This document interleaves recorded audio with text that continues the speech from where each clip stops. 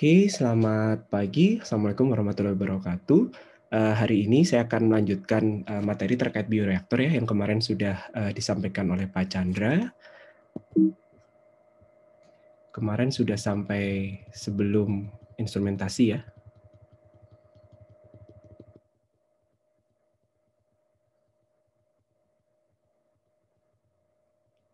Oke, kemarin Pak Chandra sudah minggu lalu Pak Chandra sudah menyampaikan terkait kelengkapan-kelengkapan utama yang ada di bioreaktor, baik itu bioreaktor yang skala kecil. Anda bisa lihat kalau skala kecil kan secara umum bahannya itu adalah kaca atau gelas. Sementara kalau sudah berukuran cukup besar atau skala pabrik gitu ya, biasanya fermentor itu bahannya adalah stainless steel, SS-nya 316. Memang agak mahal, tapi ini digunakan dengan tujuan, masih ingat kenapa menggunakan kaca atau stainless steel?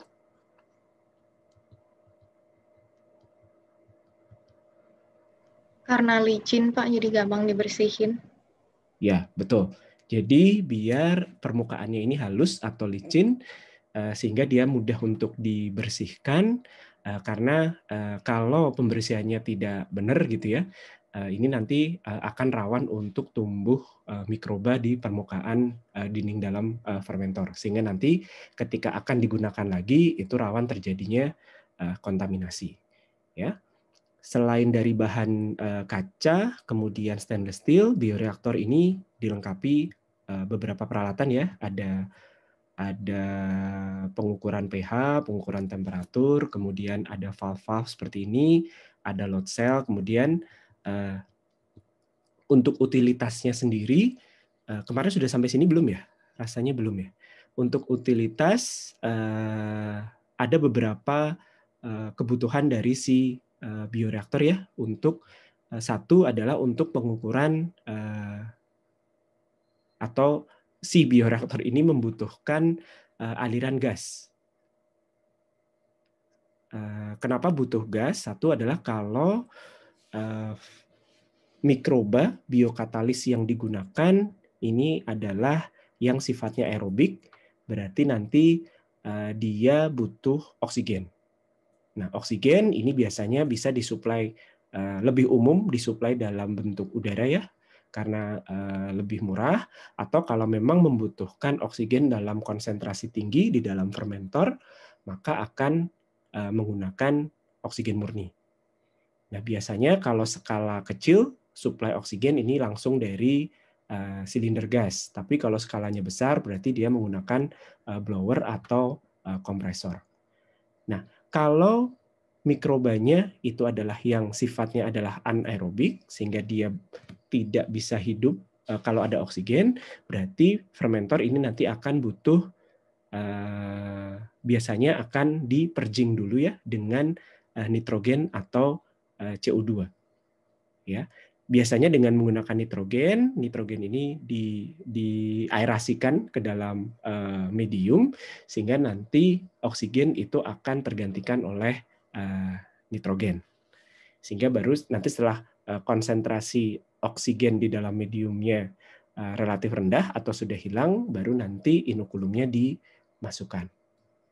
Oke, kemudian bisa menggunakan karbon dioksida juga untuk purging oksigen, tapi umumnya karbon dioksida ini digunakan kalau si biokatalisnya atau fermentasinya ini menggunakan mikroba yang autotrof. Jadi dia menggunakan sumber karbonnya adalah CO2. Jadi Anda harus mensuplai CO2 dalam bentuk gas. Oke, terkait utilitas yang sifatnya gas, ini kira-kira apakah Anda tahu hambatan atau tantangan yang dihadapi apa? Masih ingat?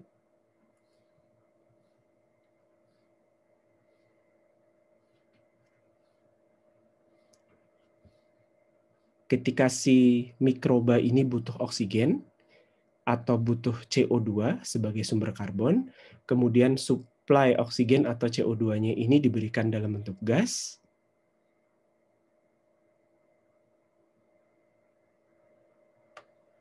tantangannya apa? perpindahan ke fasa cairnya, Pak? Ke aqueousnya? Perpindahannya kenapa? Akan? Dari gas itu harus, berarti bubble-bubble-nya harus kecil banget, Pak. Agar, betul, agar Perpindahannya lebih maksimal. ya, kalau Anda mensuplai, ini kan sebetulnya komponen nutrisi ya. Kalau Anda mensuplai komponen nutrisi dalam bentuk gas, dia kan harus larut ke cairannya. Nah, tentunya karena dia fasanya gas, agar dia bisa melarut ke cairan, dia punya akan ada yang namanya hambatan perpindahan. Hambatan perpindahan ini muncul karena antara gas dengan cairan itu ada lapisan tahanan gas air ya. Nah, sehingga nanti apa yang harus Anda perhatikan untuk memindahkan gas ke komponen gas ini ke fasa cair seoptimum mungkin, apa yang bisa Anda lakukan? Luas permukaannya besar, dibikin Satu, luas besar. permukaannya diperbesar dengan cara tadi ya, gelembungnya dibuat sekecil mungkin. Karena dengan membuat gelembung sekecil mungkin itu akan menaikkan luas kontak perpindahan antara gas dengan cairan. Oke, satu. Terus ada lagi?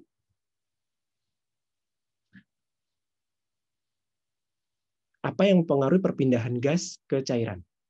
Seberapa cepat gas itu bisa, seberapa cepat suatu komponen bisa pindah dari gas ke cairan selain dipengaruhi oleh luas kontak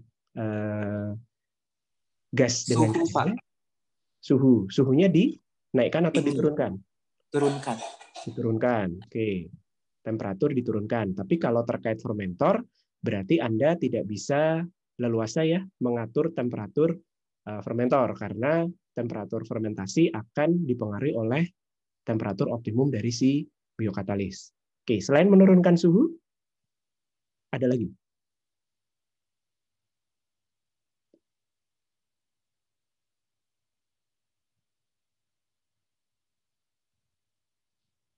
Kalau suhu diturunkan, apa yang dinaikkan? Tekanan, Pak. Tekanan. Iya, betul. Anda bisa menaikkan tekanan atau menurunkan temperatur, tapi sekali lagi ya, dua hal ini, kenapa Anda mengusulkan menaikkan tekanan atau menurunkan temperatur? Sebetulnya apa sih efek menaikkan tekanan dan menurunkan temperatur itu? Meningkatkan kelarutan gasnya, Pak. Meningkatkan kelarutan komponen yang Anda mau pindahkan dari gas ke cair, betul. Nah, tapi ya tadi tekanan dan temperatur ini tidak bisa Anda kalau tujuannya adalah untuk menaikkan kelarutan dari suatu zat dari gas ke cair ya, atau untuk memindahkan zat dari gas ke cair, ini Anda tidak bisa leluasa gunakan di fermentor karena ya terutama temperatur ya, karena temperatur tadi dia akan sangat dipengaruhi oleh temperaturnya si mikroba. Tekanan juga sebetulnya apa sih?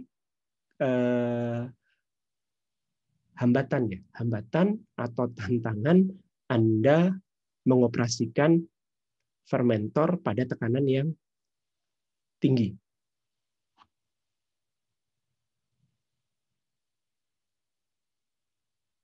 Mikrobanya mati, Pak. Kenapa? Tertekan gitu. Kenapa mikroba bisa mati dengan tekanan tinggi?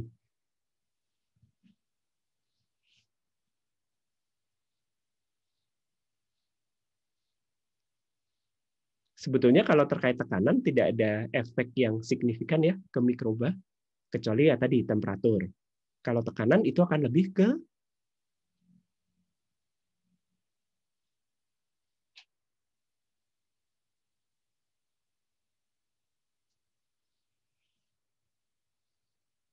apa?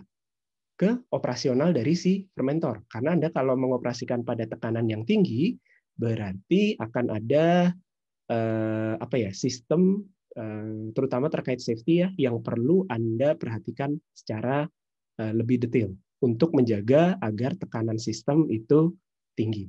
Nah, gas ini selain berfungsi sebagai ya tadi ya sumber nutrisi atau sebagai purging untuk menghilangkan oksigen gitu ya, kalau Anda menggunakan sistem anaerobik.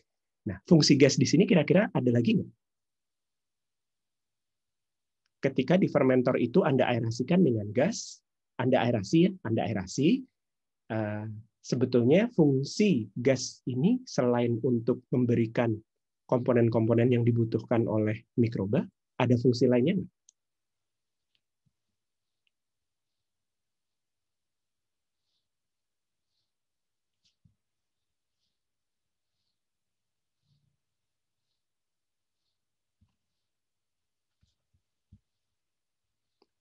Atau hanya itu menurut Anda? Membantu pengadukan, Pak. Ya, satu adalah membantu pengadukan. Ya, dengan adanya aerasi, kebutuhan daya untuk pengaduk kan Anda masih ingat ya, reaktor itu juga dilengkapi dengan agitator atau pengaduk. Pengaduk digerakkan oleh motor. Nah, motor kan ngambil daya dari listrik ya untuk menggerakkan batang pengaduk. Nah, dengan adanya gas ini, sebetulnya gas ini akan membantu atau meringankan beban pengadukan. Sehingga daya pengadukan itu lebih kecil apabila reaktornya itu dilengkapi dengan sistem aerasi. Oke, selain membantu pengadukan, kira-kira ada lagi nggak? Mengatur pH, Pak. Kenapa bisa mengatur pH? Misalkan karbon dioksida bisa asam gitu. Oke, ya boleh. Jadi kalau Anda mengaerasikan dengan CO2, ya berarti nanti kalau dia terlarut pH akan rendah. Nah ini justru nanti Anda harus lihat apakah dengan adanya CO2 itu kan nanti kan larutannya akan cenderung bersifat asam ya.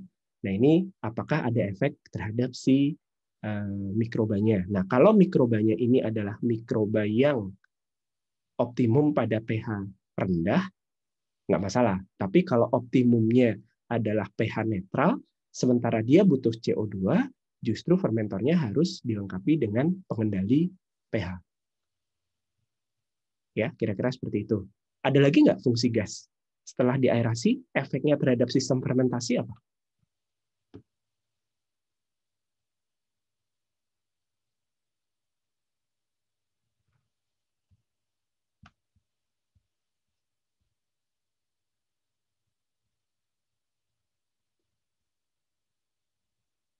Moza. Ada Moza? Sudah bangun? Ada, Pak. Ya, apa Mos? Kira-kira Ini fungsi baru gas ini kepikiran yang mengadukan selain pengadukan, apa kira-kira? itu. Marcella. Metabolisme mikroba. Aduh, internet saya agak bermasalah. Oke, gimana? Bisa coba. Metabolisme mikrobanya tadi, Pak, saya bilang. Metabolisme mikrobanya kenapa? Kan ada yang membutuhkan oksigen. Oh iya, pasti. Kalau Anda nggak kasih, ya mikrobanya sekarat kan. Kalau dia butuh CO2, nggak ada CO2. Oke, itu pasti ya, karena memang dia adalah sumber nutrisi. Tapi selain itu, selain memberikan nutrisi atau menghilangkan oksigen ya, kalau purging nitrogen, atau kalau Anda menggunakan mikroba yang memang butuh nitrogen atau karbon dioksida sebagai sumber karbon atau sumber N-nya ya, itu berarti kan sebagai nutrisi. Satu itu. Yang kedua adalah membantu dalam pengadukan. Kira-kira ada fungsi lain yang menguntungkan bagi sistem fermentasi?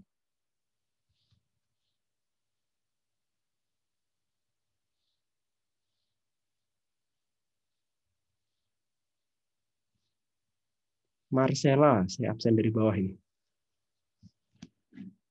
Iya, Pak. Bangun, Sel. Apa kira-kira? Belum kepikiran selain yang disebutin sama teman-teman tadi, Pak. Oke, ada yang kepikiran yang lain? Desi,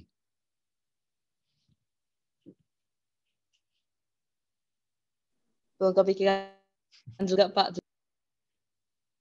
Oke. Agi, Nggak kepikiran yang lain, Pak. nggak ada yang kepikiran? Apa dong? Kira-kira apa? Kalau Anda aerasi suatu reaktor ya, reaktornya kan tertutup. Kemudian Anda aerasi. Apa yang akan terjadi pada reaktor? Tekanan, Pak. Gimana? Eh, eh, Nggak kedengeran tadi, sorry. sorry.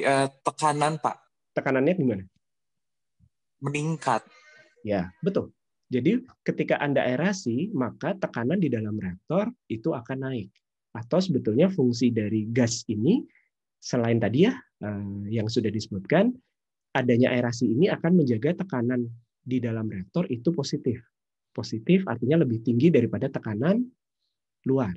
Nah, sehingga ini menguntungkan ya. Sehingga ini bisa membantu agar kondisi aseptik itu tetap terjaga. Ya, itu fungsi samping ya, fungsi sampingan dari aerasi. Ya, walaupun kenaikan tekanannya itu ya, Anda masih ingat ya, kira-kira kalau tekanan udara luar itu 1 atm gitu ya, dengan ada aerasi ya ini nggak akan naik sampai jadi 2 atm, ya paling cuma 1,1, 1,2 gitu ya. Ini tapi cukup untuk menjaga kondisi di dalam fermentor itu untuk membantu aseptik dari fermentor. Ya, ini adalah gas. Kemudian selain gas ada juga kukus ya atau steam. Ini secara umum ini digunakan untuk proses pembersihan dan sterilisasi reaktor. Kalau reaktornya kecil ya berarti pakai autoclave steamnya. Tapi kalau reaktornya besar, steam ini diberikan pada proses cleaning in place. Jadi langsung di reaktornya. Oke, terus ada pendingin. Pendingin ini ya untuk kebutuhan pendinginan si fermentor. Kalau reaksi fermentasinya sangat ya pada batasan tertentu ya, kan secara umum fermentor ini kan fermentasi kan sifatnya eksotermal, sehingga nanti butuh jaket pendingin, atau kalau Anda menggunakan biokatalis mikroba yang temperatur optimumnya relatif rendah, di bawah temperatur ruang. Nah, ini biasanya Anda butuh pendingin. Kalau penurunan temperaturnya tidak terlalu rendah, Anda bisa menggunakan cooling water.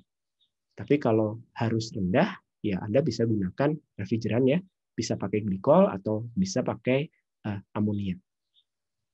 Oke, selain pendingin, ada udara instrumen. Ini biasanya untuk menggerakkan valve yang pneumatik, untuk yang proses yang secara otomatis, buka tutup valve-nya otomatis, ini digunakan udara instrumen. Makanya Anda ingat ya, di samping reaktor itu kan ada controller ya, kotakan controller yang ukurannya jauh lebih besar dan lebih kompleks sistemnya daripada si fermentornya sendiri. Oke, dari sini ada yang mau ditanyakan dulu?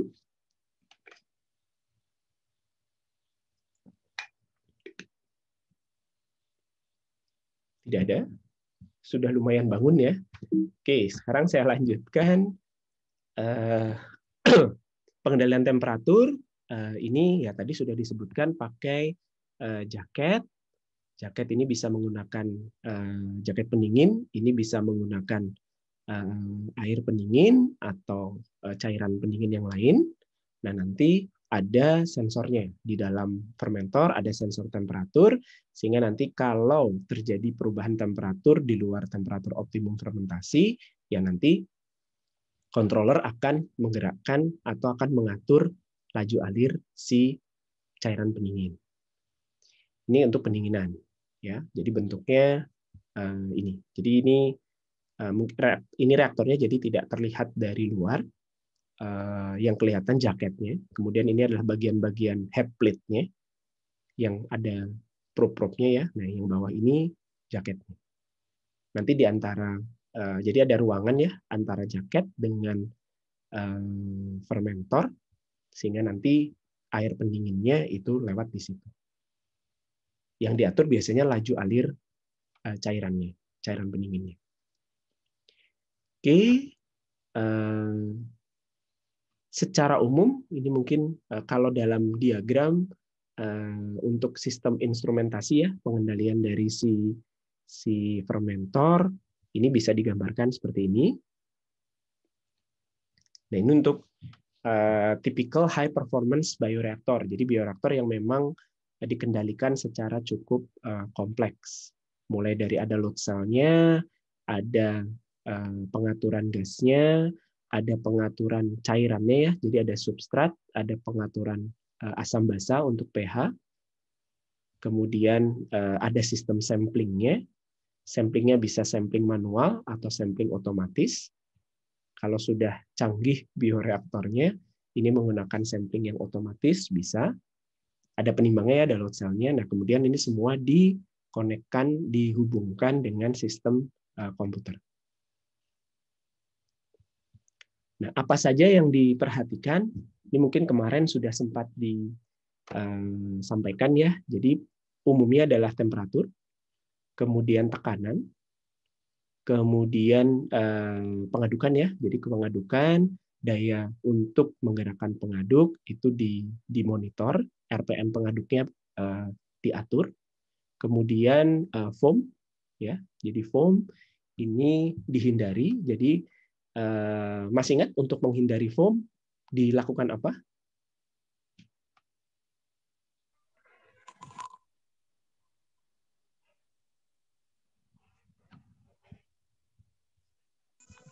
Ditambah anti-foaming agent, Pak? Ya, ditambah anti-foam agent. Ini basisnya surfaktan ya. Tapi kalau masih terbentuk foam, itu biasanya di bagian agak ke atas gitu ya. Agak ke atas dari si bioreaktor, ini ditambahkan yang namanya foam breaker. Jadi kayak apa ya? Kayak pelat gitu ya, yang muter. Jadi kalau terbentuk foam, dia akan terciduk oleh si foam breaker ini. Oke, kemudian yang diperhatikan lagi tentunya adalah aliran gasnya. Jadi flow rate atau laju alir dari gas yang masuk ini diperhatikan ya. Laju alir biasanya dinyatakan dalam volume gas per volume reaktor per menit, ya VVM. Volume gas per volume reaktor per menit, rasionya diatur. Oke, selain laju alir gas, bisa juga diatur laju alir cairan. Cairan yang apa saja? Tadi ada mediumnya. Kalau batch murni, ya, kalau operasinya adalah batch murni, ya berarti laju alir substratnya tidak diatur. Cairannya sudah masuk duluan di dalam fermentor. Tapi kalau continue, ya berarti cairan substrat ini diatur laju alirnya. Nah, selain laju alir substrat, tadi ada laju alir cairan untuk mengatur pH ya, cairan asam dan cairan basa. Kemudian ada pengaturan ketinggian, ya ketinggian cairan di dalam fermentor ini dimonitor karena ya tadi ya fermentor itu biasanya tidak diset untuk diisi penuh dengan cairan, biasanya disisakan headspace mungkin sekitar ya 15-20% dari volume total reaktor. Oke, kemudian viskositas ini sebetulnya ya tergantung sistem dari fermentornya ya, apakah perlu untuk memperhatikan viskositas atau apakah sistem fermentasi ini akan sangat besar deviasinya dari sisi viskositas, maksudnya apakah ada perubahan viskositas yang cukup signifikan. Nah, ini perlu kalau memang ada, berarti memang perlu diperhatikan atau harus dimonitor. Karena nanti viskositas akan berpengaruh satu pada pengadukan. Ya, pengadukan kalau viskositasnya naik, daya pengadukannya akan nambah. Atau kalau viskositas naik, berarti kan nanti perpindahan gas ke cair pun itu akan ada hambatan. Oke, selain viskositas yang juga diperhatikan adalah densitas atau dalam bentuk kekeruhan atau turbiditas. Karena di dalam fermentor itu kan nanti ada mikroba ya, ada sel. Sel ini akan tumbuh.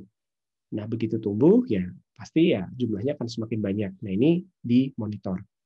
Termasuk tadi ya menggunakan yang load cell tadi untuk melihat apakah terjadi kenaikan densitas atau kenaikan turbiditas dari mikroba yang di dalam fermentor. Nanti kalau sudah terlalu banyak, berarti harus dibuang secara berkala.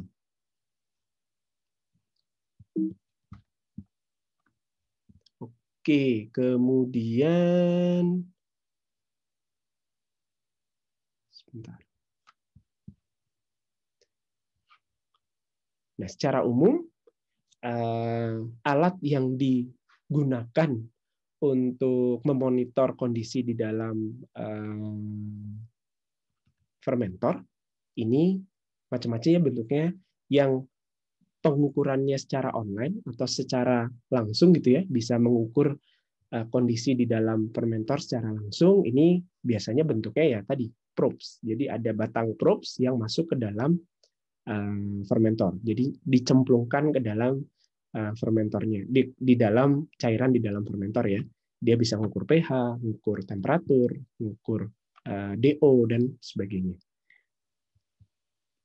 Nah, selain probes, yang digunakan juga untuk memonitor fermentor itu adalah gas analyzer di bagian keluaran fermentor. Jadi kan Anda kalau Anda lihat di sini ada nggak ya?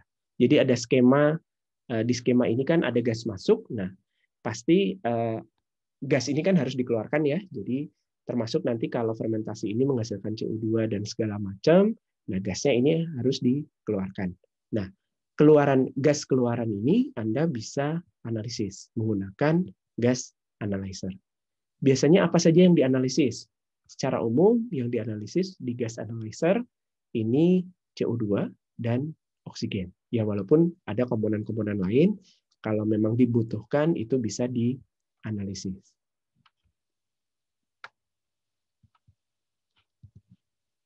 Kalau pas MPA belajar gas analyzer nggak? Ini ada Pak Guntur. Belajar analyzer nggak Pak Guntur? Kayaknya kalau analyzer nggak. Nggak ya? Oke. Alatnya juga kayaknya nggak ada ya di lab. Maksudnya, tapi kalau analyzer yang sifatnya komponen GC kayak FID yang gitu-gitu sih ada. Sedikit sih, cuman gas analyzer mah enggak. Kita kan alat ada di mikro ya, yang CO itu, CO2. Enggak dipelajari. Oke. Nah, selain gas keluarannya, nah tadi kan ada aliran cairan untuk sampling ya, atau di sini istilahnya adalah liquid slip analyzer. Jadi untuk cairan yang disampling ini bisa dianalisis sesuai kebutuhannya atau sesuai komponen yang mau dianalisis. Bisa pakai HPLC, High Performance Liquid Chromatography, atau pakai MS ya, Mass Spectrophotometer, atau pakai metode enzimatik. Jadi tergantung. Jadi yang ini nggak online. Jadi Anda harus sampling dulu, kemudian Anda harus treatment dulu sampelnya, ya. Ditambahin reagen ya, maksudnya treatment itu ya, ditambahin reagen sesuai kebutuhan, sesuai komponen apa yang mau Anda analisis. Oke, dari sini ada yang mau ditanyakan dulu? Jadi sebetulnya pengoperasian fermentor ini ya kalau pada fermentor yang cukup lengkap gitu ya, operasinya memang kompleks.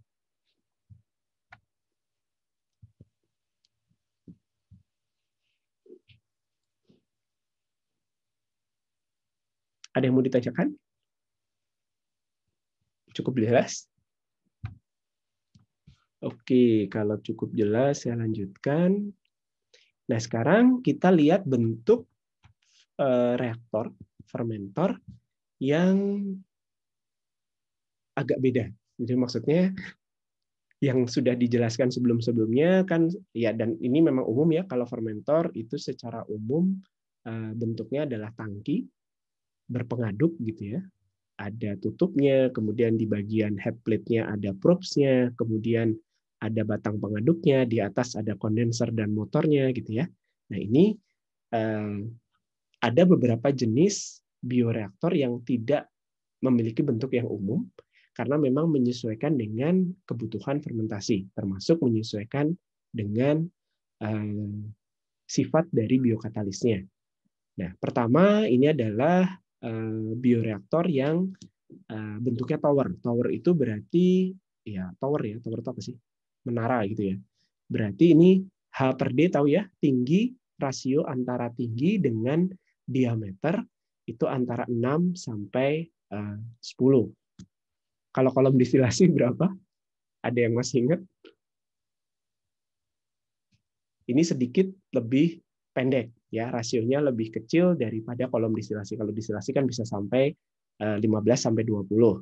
Nah, kalau reaktor tangki biasa ada yang ingat berapa H per D-nya? Tinggi terhadap diameter.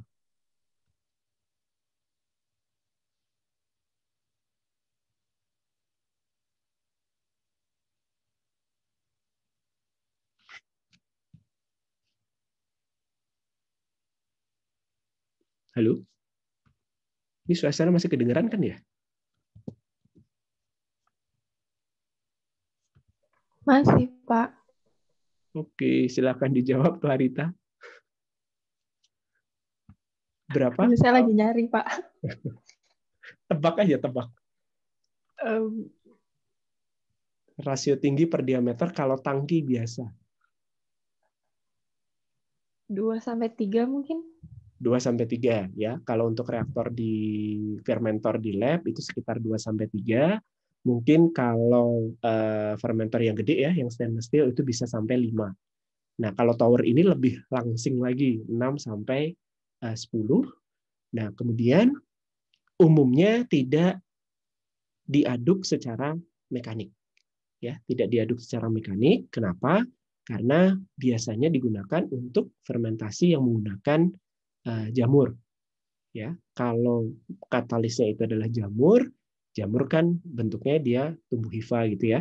Jadi memanjang ini kalau Anda aduk ya nanti nempel semua dia di pengaduk, atau bahkan pengadukan itu bisa mematikan jamurnya. Nah, ini pengadukannya berarti memang mengandalkan aerasi saja. Ya, ini bentuknya adalah yang tower bioreaktor. Kemudian ada yang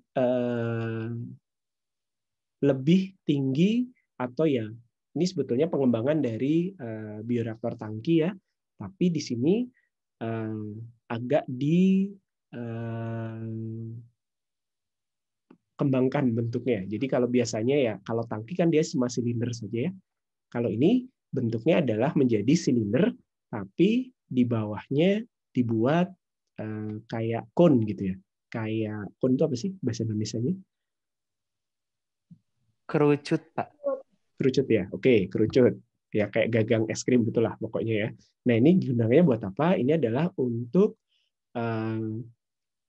membantu pengendapan dari si biokatalis. Jadi biasanya ini digunakan kalau sistem fermentasinya ini membuat si biokatalisnya ini tumbuh dengan cukup cepat sehingga perlu dilakukan pengamatan yang cukup intensif ya terhadap si densitas maupun turbiditas dari mikrobanya, dan Anda perlu melakukan pembuangan mikroba secara berkala.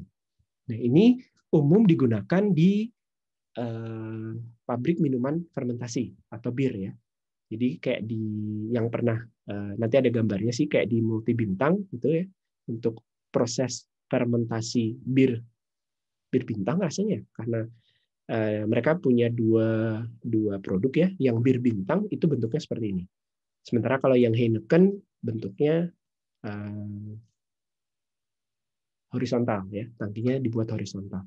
Nah, di sini pengadukannya ini kalau sudah jalan ini hanya dilakukan dengan CO2.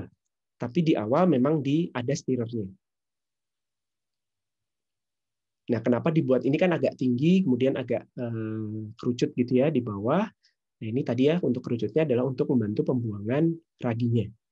Sementara kalau jadi di sini ada sebetulnya nanti dengan bentuk seperti ini ini akan ada 3 seolah-olah ya, jadi akan terbagi menjadi 3 daerah ya. Jadi yang di bawah itu yang memang lebih banyak raginya.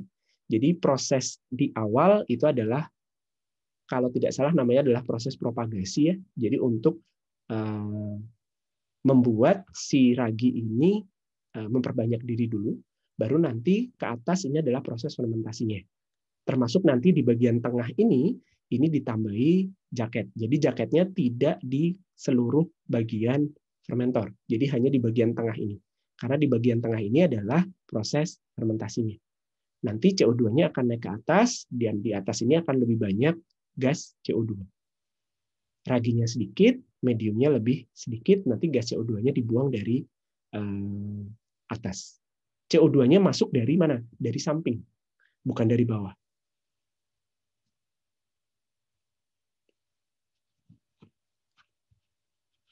Oke.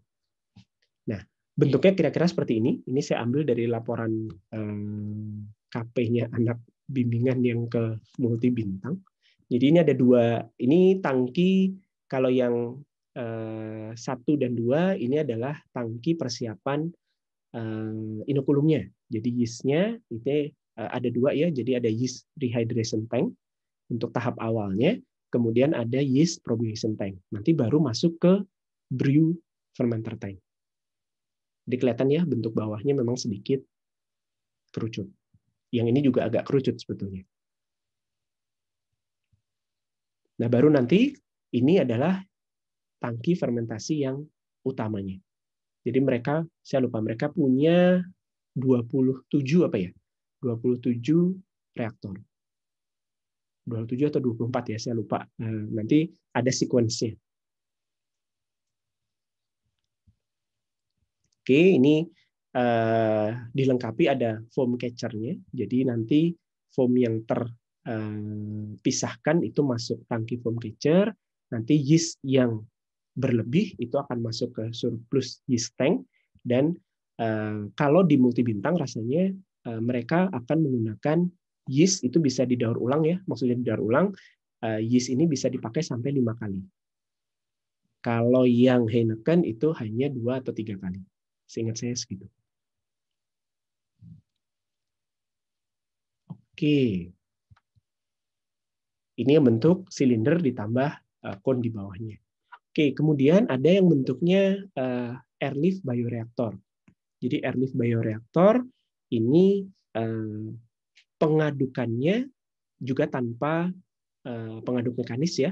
Jadi pengadukannya menggunakan udara atau gas yang digunakan. Nah, nanti dia akan berputar, ada siklusnya gitu ya. Jadi di sini ada medium masuk. Kemudian di sini nanti dicampur dengan diaerasi gitu ya. Kemudian nanti akan terjadi proses fermentasi. Kemudian nanti gasnya, nah kenapa dibuat airlift? Ini biasanya digunakan untuk proses fermentasi yang gasnya itu harus segera dipisahkan. Ya, kenapa gasnya harus dipisahkan? Karena akan menghambat proses fermentasi kalau tetap ada di dalam tangki. Jadi ada bagian risernya, ya. Kemudian nanti gas akan terpisah. Kalau mikroba itu mau dipisahkan, itu juga bisa dipisahkan. Nanti kemudian medium itu balik lagi. Jadi ada di sini tuh mediumnya muter-muter gitu ya. Atau bentuknya seperti ini.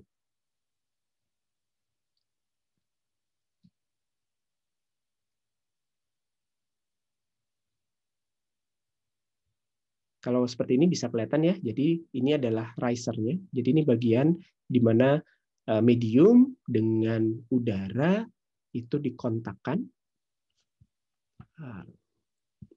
Oke, ini medium dengan udara dikontakkan sehingga nanti si medium itu akan gerak ke atas. Ini proses fermentasinya jalan ya. Nah, kemudian di atas ini kosong. Ruangan ini adalah kosong, digunakan untuk pelepasan gasnya. Jadi nanti gasnya akan terdorong ke atas, sementara cairannya akan mengalir ke bawah. Gravitasi ya. Nah, kemudian nanti ya demikian seterusnya.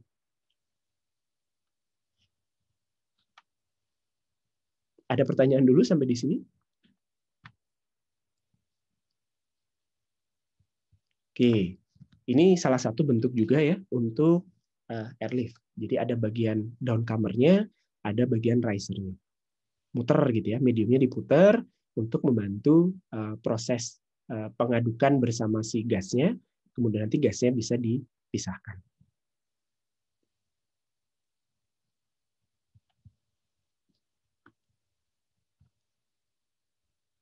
Oke, nanti silahkan dibaca detailnya. Nah, kemudian ada yang namanya fluidized reaktor. Jadi di sini bentuk ini sebetulnya bentuk reaktor yang digunakan kalau selnya itu diimobilisasi. Imobilisasi artinya selnya tidak tersuspensi ya. Jadi kalau reaktor tangki biasa itu kan selnya masuk bersama dengan medium terus diaduk-aduk gitu ya, sehingga nanti sel itu kan padat, ukurannya kecil gitu ya, mikron, dia akan tersuspensi di dalam medium cair.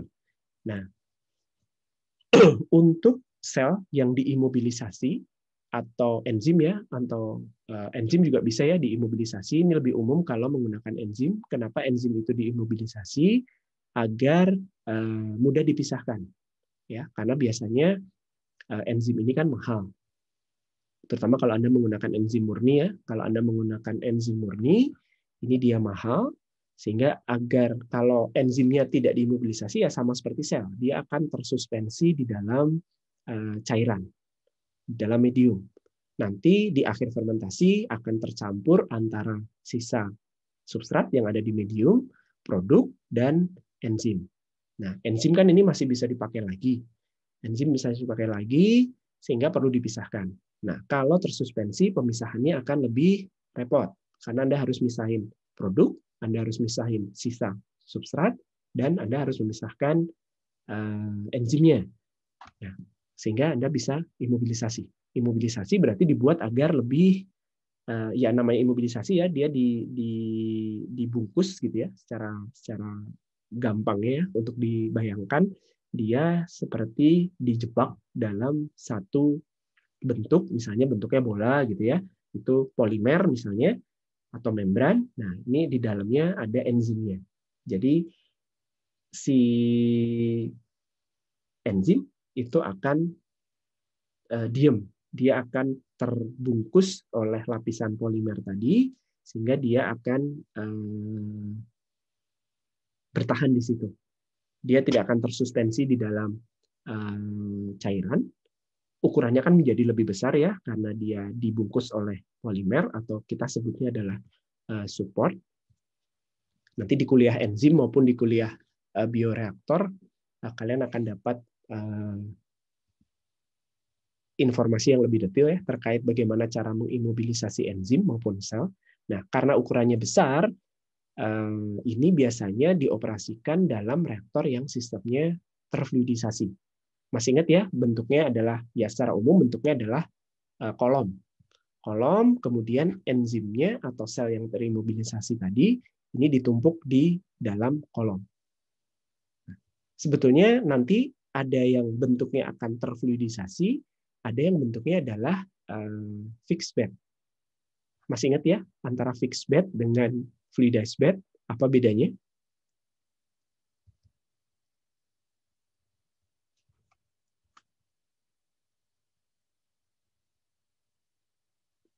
Halo? Bangun. Ingat, Pak. Tidak ingat atau ingat? Ingat, Pak. Ya, apa bedanya? Kalau fixed bed berarti si unggun atau tempat si katalisnya itu kan dia diam ya, Pak ya? Iya. Kalau untuk fluidized bed berarti unggunnya itu dia terfluidisasi. Betul. Nah, kira-kira ya beda secara umum itu ya. Jadi kalau namanya fix ya berarti bed itu unggun ya. Unggunnya apa? Unggunnya ya si katalis atau sel yang terimobilisasi. Berarti si bednya nggak gerak. Ketika yang lewat itu nanti adalah udara maupun medium. Nah, ketika ada udara lewat, ada medium lewat, bednya tidak bergerak kalau yang fixed bed. Nanti gas maupun cairan akan gerak ke atas. Nah, selama bergerak ke atas, nah tentunya gas maupun cairan ini harus bisa berdifusi ke dalam matriks polimer yang membungkus si katalis tadi, biokatalis tadi. Nah, kalau si fixed bed ya berarti katalisnya nggak akan gerak. Kalau fluidized bed dia akan terfluidisasi. Terfluidisasi berarti dia akan bergerak ya semacam di yang ada di gambar ini. Nah, kalau dalam bentuk terimobilisasi akan muncul tantangan dalam hal perpindahan massa karena si gas maupun si cairan substrat ya, liquid ini adalah substratnya. Ini kan harus menembus si matriks pembungkus dari si katalisnya. Ya, jadi akan ada hambatan perpindahan. Karena cairan, nutrisi ada di cairan, ya, substrat ada di cairan, kemudian enzimnya atau selnya itu ada di padatan. Sehingga ada hambatan perpindahan. Nanti pas kuliah bioreaktor, kita akan lihat efek hambatan perpindahan tadi.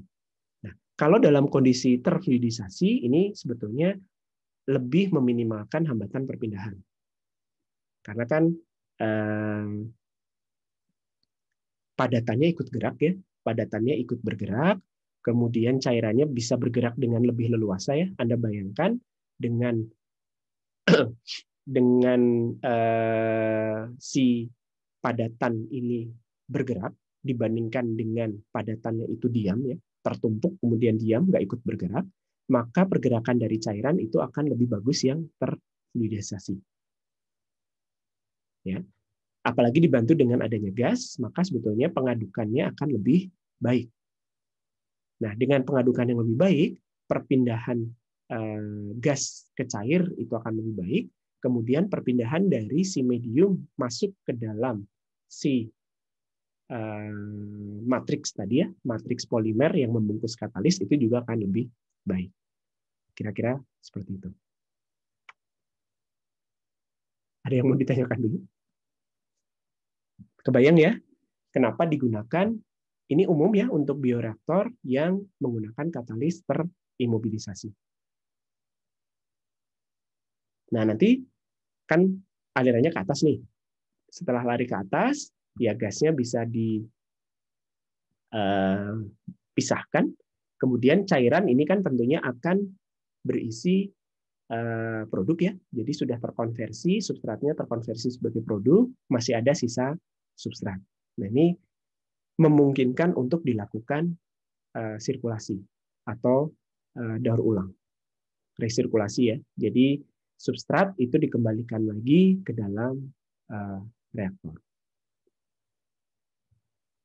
Oke, bentuk lain dari reaktor ini adalah fotobioreaktor. Dari namanya udah kebayang ya. Apa kekhususan dari fotobioreaktor ini? Nah, ada warnanya ini.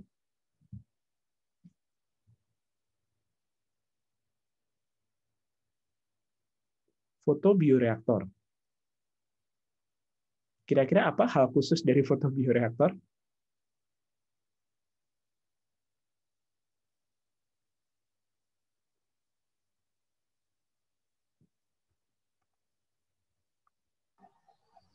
Terkena ini Pak, cahaya langsung. Jadi nggak diselimutin jaket, terus kayak luasnya harus sebesar mungkin kena matahari. Ya, namanya fotobioreaktor berarti dia butuh foton ya, foton atau ya sebetulnya dia butuh sinar matahari. Sinar matahari kenapa sih dibutuhkan? Karena biokatalisnya butuh sinar matahari sebagai sumber energi dari cahaya tadi ya. Cahaya dikonversi menjadi foton dan kemudian nanti akan dikonversi di metabolisme si mikrobanya menjadi energi. Oke. Rata-rata kenapa warnanya hijau? Karena mikroba yang bisa mengkonversi energi dari sinar matahari itu punya yang namanya zat apa? Pasti ingat? Klorofil. Ya, dia punya klorofil. Makanya warnanya rata-rata hijau. Ini dari golongan alga ya atau mikroalga. Nah, kenapa bentuknya seperti ini? Tadi Zulfa sudah menyampaikan karena memungkinkan atau karena diusahakan agar punya luas permukaan yang sebesar-besarnya. Sehingga nanti kontak dengan sinar mataharinya akan lebih baik. Maka ada yang bentuknya seperti ini ya. Ini adalah pond. Ngalir gini ya. Ini saya lupa struktur ini namanya apa ya? Pak Guntur ingat?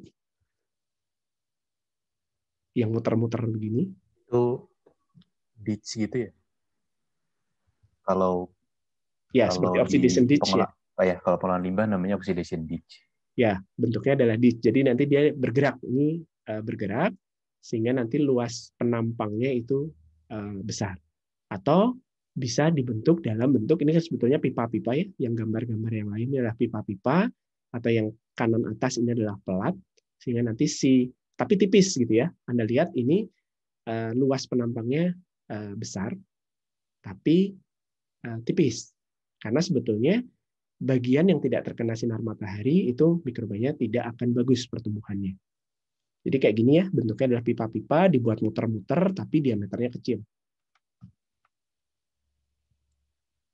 Oke, selain itu, ini adalah bioreaktor fasa padat. Jadi kalau yang lain itu adalah fasa cair, bentuk bioreaktor yang lain itu adalah fasa padat. Jadi di fasa padat, mungkin Pak Chandra juga sudah pernah menyampaikan ya, secara spesifik dia tidak menggunakan air yang banyak atau kadar air tetap ada airnya, tapi di dalam fermenter ini kadar airnya kecil. Ya. Yang lebih dominan adalah padatan. Padatan, jadi substrat itu berada dalam kondisi padat dengan kadar air yang sedikit atau minimal. Nah, sebetulnya secara umum ada empat bentuk bioreaktor fasa padat ya. Ini bergantung pada, kalau Anda lihat ke kanan, ini adalah kebutuhan pengadukan, yang ke bawah itu adalah kebutuhan aerasi. Ya, pengadukan maupun kebutuhan aerasinya. Kalau dua-duanya itu sangat minimal, jadi artinya mikrobanya itu atau sistem fermentasinya itu tidak butuh pengadukan dan tidak butuh aerasi, ini menggunakan yang model tray. Jadi tray saja. Jadi substrat plus biokatalis itu ya ditumpuk-tumpuk saja dalam suatu nampan gitu ya atau tray, kemudian dibiarkan fermentasinya jalan.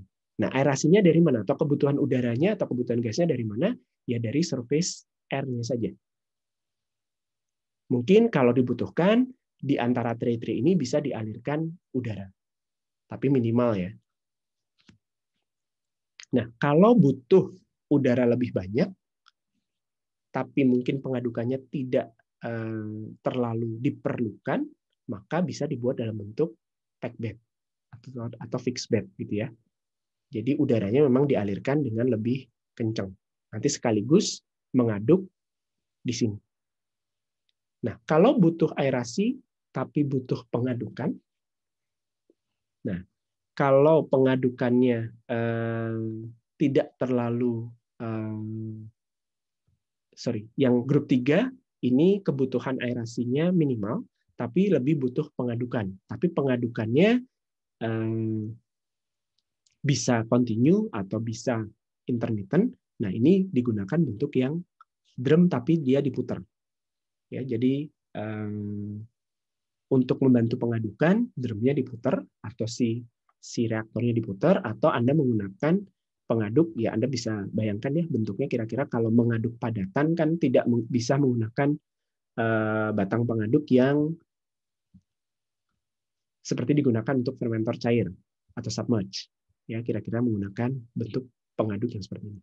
Nah, kalau butuh aerasi yang cukup plus pengadukan yang cukup, maka digunakan yang bagian kanan bawah ini.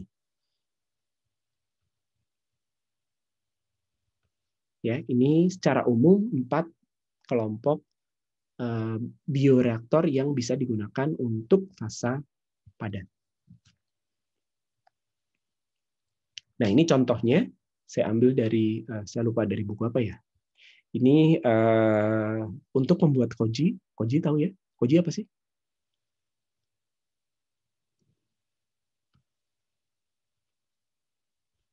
Ada yang tahu koji itu apa?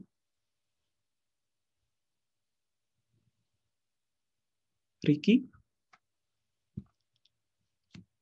Ya, Pak. Nggak tahu, apa ya? Belum tahu, Pak. Koji. Coba di Google.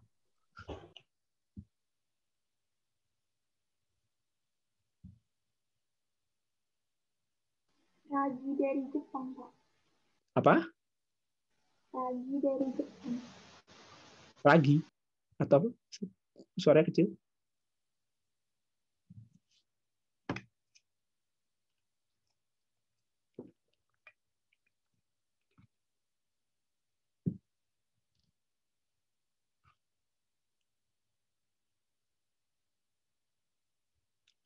Fermentasi apa?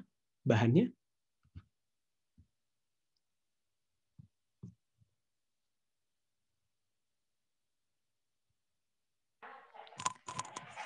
Ketika saya Google munculnya Apa?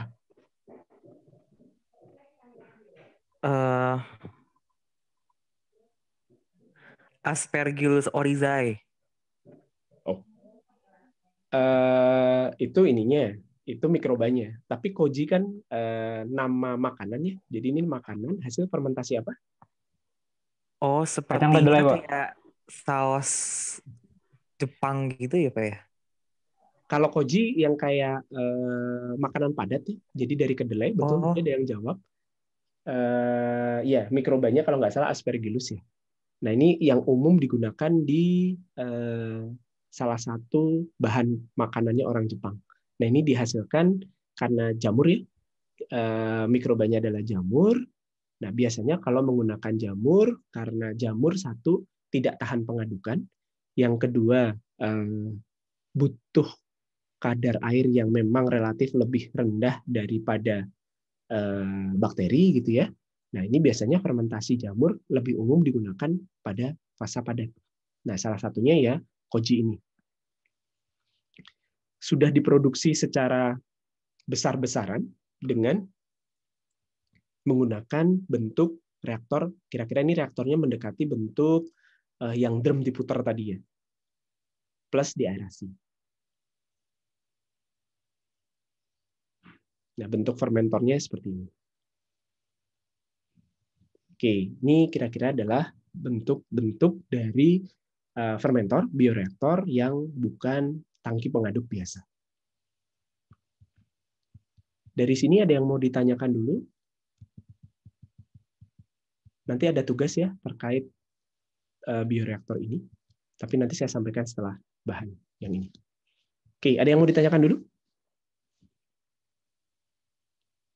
Pak, izin bertanya. Yuk. Kalau untuk yang fotobioreaktor itu kan dia kan membutuhkan energi cahaya matahari. Berarti kalau pada malam hari berarti dia tidak bekerja dong, Pak? Iya, betul. Proses fermentasinya atau proses pertumbuhannya dia tidak bekerja. Tapi akan mempengaruhi dari alganya itu nggak, Pak? Maksudnya mempengaruhi gimana? Tadi kan kalau semisal dia ditempatkan di ruang yang lebih gelap gitu akan mempengaruhi kinerja dari alganya itu. Nah, tapi kalau semisal malam hari gitu, dia gimana? Kayak bakal kinerjanya turun di terus-terusnya hari atau bagaimana? Oh, oke.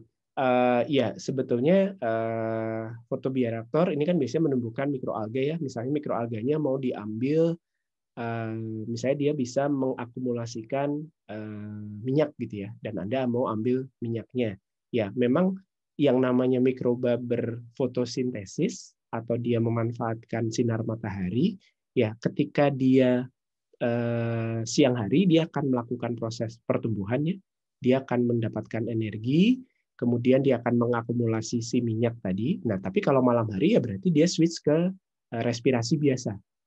Jadi memang Kalau dari sisi kinerja, kalau Anda kinerjanya misalnya diukur dari akumulasi minyak gitu ya. Jadi ya memang akan naik turun, tapi itu kan tidak di kemungkinan atau yang saya tahu dia memang tidak diukur pagi seperti apa atau siang seperti apa lalu malam seperti apa. Jadi dia akan dibiarkan saja selama siklus gelap terang gitu, siang dan malam, kemudian nanti setelah berapa hari ya dia dipanen gitu saja. Terus diambil apa yang mau diambil. Misalnya mau diekstrak minyaknya. Jadi di sini produknya adalah si alganya juga. Jadi si katalisnya. Kemudian nanti ya setelah berapa waktu ya tadi, nanti dia diambil, dipanen, lalu diekstrak. Baru nanti prosesnya jalan lagi. Kayak gitu. Makanya dia dibuat begini ya, nanti mungkin di ujung baru nanti dia akan dipanen. Baik, Pak. Terima kasih. Oke. Ada lagi? Pak, saya mau melanjutkan pertanyaan yang tadi. Yang mana? Ini. Ya, itu untuk formulasi mediumnya gimana ya, Pak? Kan sebelumnya mungkin sumber karbonnya dari CO2 aja. Terus nanti mungkin pada saat malam butuh glukosa mungkin, Pak. Jadi apakah dari awal formulasinya memang ada campuran glukosanya atau seperti apa? Nah, itu sebetulnya harus Anda cari tahu dalam tugas. Tapi kira-kira ya, sebelum masuk ke fotobioreaktor utamanya ini, biasanya ada tangki persiapan inokulumnya.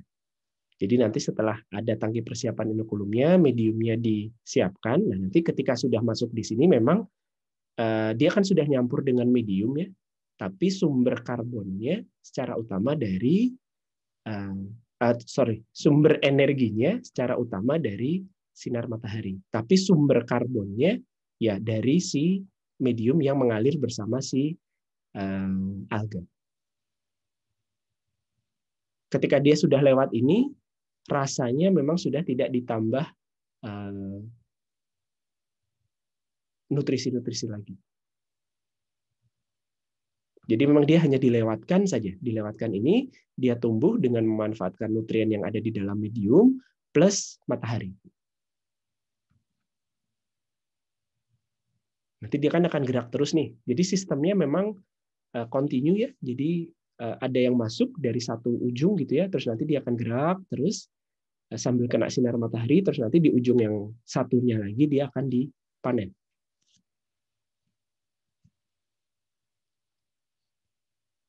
Detailnya nanti kelompok yang dapat tugas ini silahkan dicari tahu. Oke, Man? Cukup? Oke, Pak. Siap. Makasih, Pak. Oke, ada lagi? Pak mau nanya, ini lagi nggak apa-apa, boleh nggak Pak, fotobioreaktor? Boleh. Kalian banyak mainan alga ya? Itu Pak, kalau kan tuh bentuknya beda-beda, itu tuh disesuaikan dengan penggunaannya atau ketersediaan lahan atau gimana sih Pak? Lebih ke lahan setahu saya. Ya, jadi kalau dan lebih ke kemudahan handlingnya. Karena kalau Anda menggunakan yang open pond begini kan butuh lahan yang gede, terus dia kan terbuka ya, sementara kalau yang ini kan tertutup. Oh, jadi ketersediaan sama ini ya Pak, berarti teknologinya gitu ya Pak. Berarti Iya. kalau yang awal, yang tertutup tuh investasinya lebih mahal di awal gitu. Pak, Belum tentu ya, aja, karena kan ini kan bangunnya juga Anda butuh kolam ya, tapi mungkin lebih tidak sekompleks kalau sistemnya kayak pipa-pipa begini. Saya nggak tahu sih mana yang lebih murah, terus terang. Mana yang lebih murah. Pak Guntur mungkin.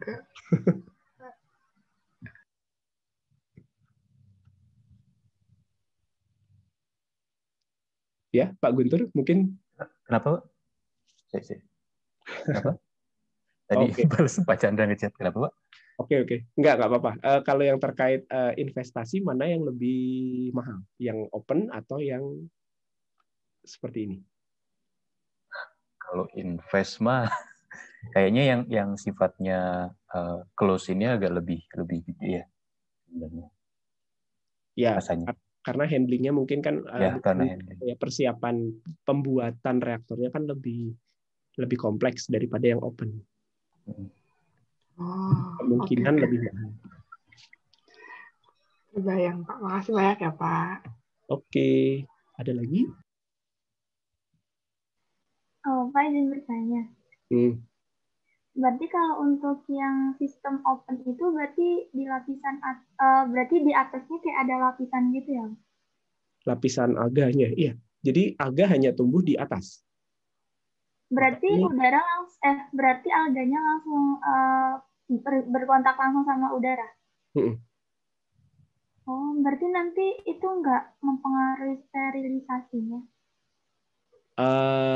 Enggak ya. Jadi karena memang sudah diatur sistem yang ada di sini hanya si mikroalga yang tumbuh.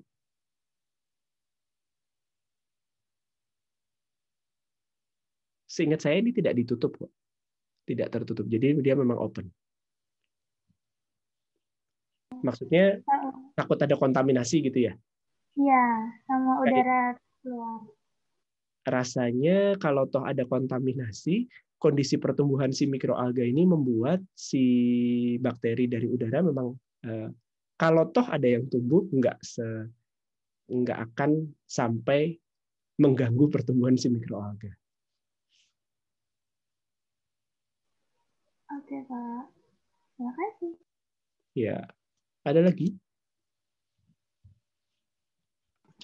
Halo Pak, saya mau tanya, kalau yang bioreaktor fasa padat itu berarti apakah selalu batch ya Pak? Pertanyaan yang bagus. Kalau bioreaktor fasa padat, iya rasanya selama ini karena kan fasa padat sendiri kan belum terlalu established ya. Jadi prosesnya sepanjang yang saya tahu memang belum ada yang kontinu. Karena mediumnya itu ada di padatan dan padatannya kan akan susah kalau Anda berikan terus-terusannya. Jadi nanti mediumnya itu disiapin ya karena dia padat, misalnya pakai biomasa ya berarti kan harus dicacah-cacah segala macam gitu ya. Terus dia nanti baru dicampur dengan cairan medium yang lain gitu ya, yang tidak ada komponennya di dalam medium padat, baru nanti ditambahkan inokulum. Nanti baru dijalankan fermentasinya. Sepanjang saya tahu dari yang ada belum ada yang kontinu. Yang dikontinukan hanya aliran udaranya kalau dia butuh aerasi. Terima kasih Pak. Oke. Ada lagi?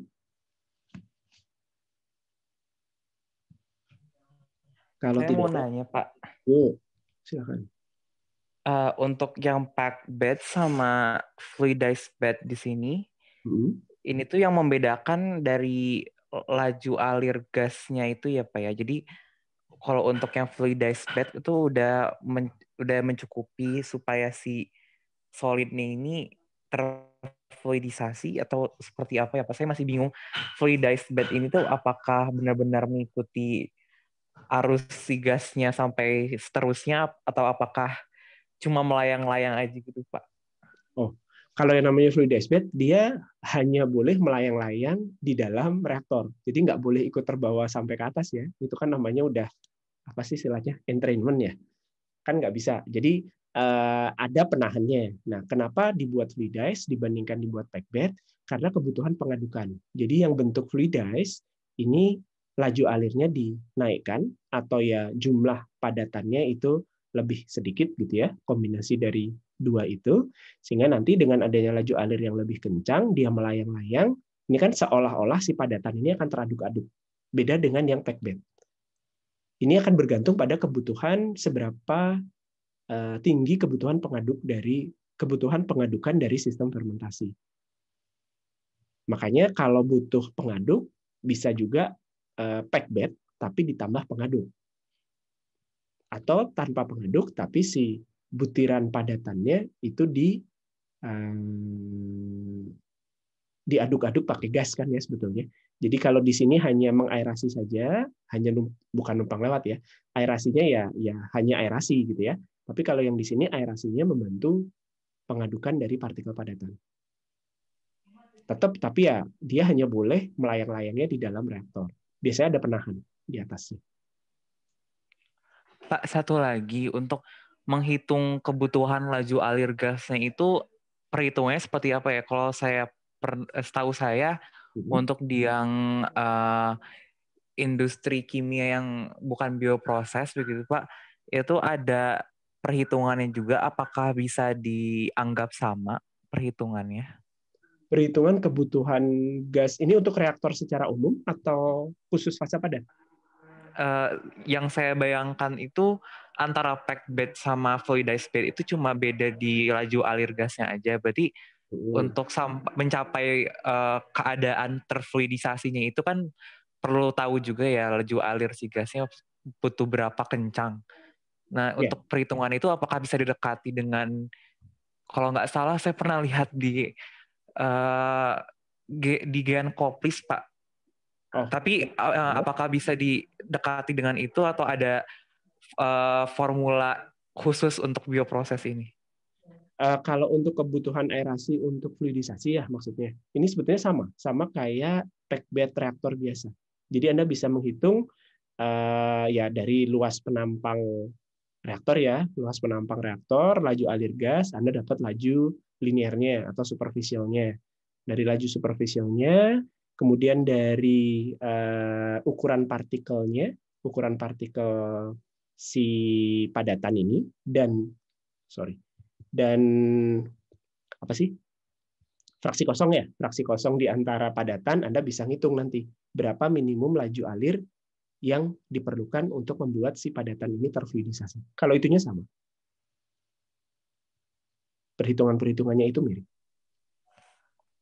Baik, Pak. Sudah terjawab.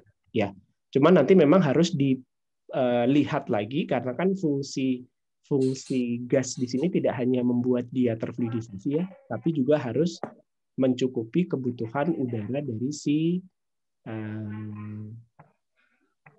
mikrobanya. Nah, ini ya dimonitor saja apakah pada laju alir segitu fermentasinya sudah jalan dengan baik atau terlalu kencang. Nah, ini yang mungkin nanti akan jadi tantangan ya. Misalnya kalau pada laju alir yang menyebabkan dia fluidisasi, mikrobanya justru sangat jamurnya justru malah mati gitu ya, kebanyakan maksudnya ya. Sehingga harus dikurangi. Tapi kalau laju alir dikurangi, fluidisasi tidak tercapai. Nah, kalau seperti itu mungkin bisa digunakan yang ini, diaduk. Ya, jadi laju alirnya tidak terlalu kencang, karena kan biasanya kan pakai jamur ya kalau fasa padat. Sementara kalau aerasi terlalu kencang mungkin jamurnya mati. Nah, makanya dibantu dengan pengadukan. Atau ya bentuknya drum diputer tapi ada, jadi ini udara yang di tengah ini udara ya. Udara itu masuk dari sini, jadi double chamber gitu ya, dua ruangan. Di atas ada padatan, di bawah ada padatan, nanti di sini ada bolong-bolong gitu ya. Kemudian udaranya bisa masuk di antara padatan-padatan ini, kemudian dia diaduk dengan memutar si drumnya. Nah, kalau tertarik ini silahkan ambil mata kuliah bioreaktor fasa padat. Nanti akan lebih detail dijelaskan. Ada lagi? Oke, kalau tidak ada saya lanjutkan ya. Jadi walaupun ini nanti secara umum akan kita pelajari lebih detail waktu kuliah bioreaktor. Jadi bioreaktor fermentasi secara umum dijalankan secara batch dan continue. Walaupun untuk fermentasi sendiri lebih umum menggunakan batch.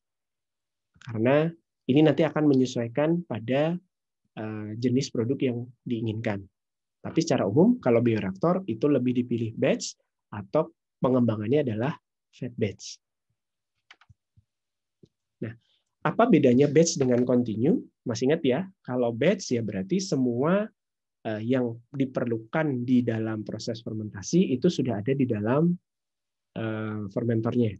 Di dalam fermentor itu ada mediumnya, kemudian Anda tambahkan inokulumnya, reaktornya ditutup, ya paling yang dimasukkan secara kontinu adalah aerasinya. Itu umum ya, tapi sistem fermentornya itu masih sistem batch. Nah, nanti reaktornya ditutup, fermentasinya jalan, sehingga karena tidak ada penambahan substrat, tidak ada pengambilan produk, ya nanti terhadap waktu substrat akan turun, produk akan naik.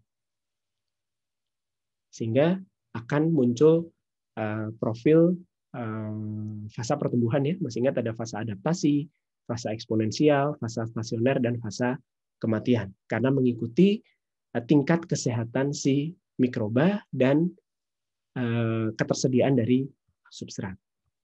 Nah, kemudian agar substratnya itu ada terus, maka digunakan, kalau menginginkan substratnya itu ada terus, maka digunakan sistem continue. Nah, sebetulnya nanti continue, kita akan mengenal, Anda masih ingat parameter mu ya? Apa itu mu? Laju pertumbuhan spesifik.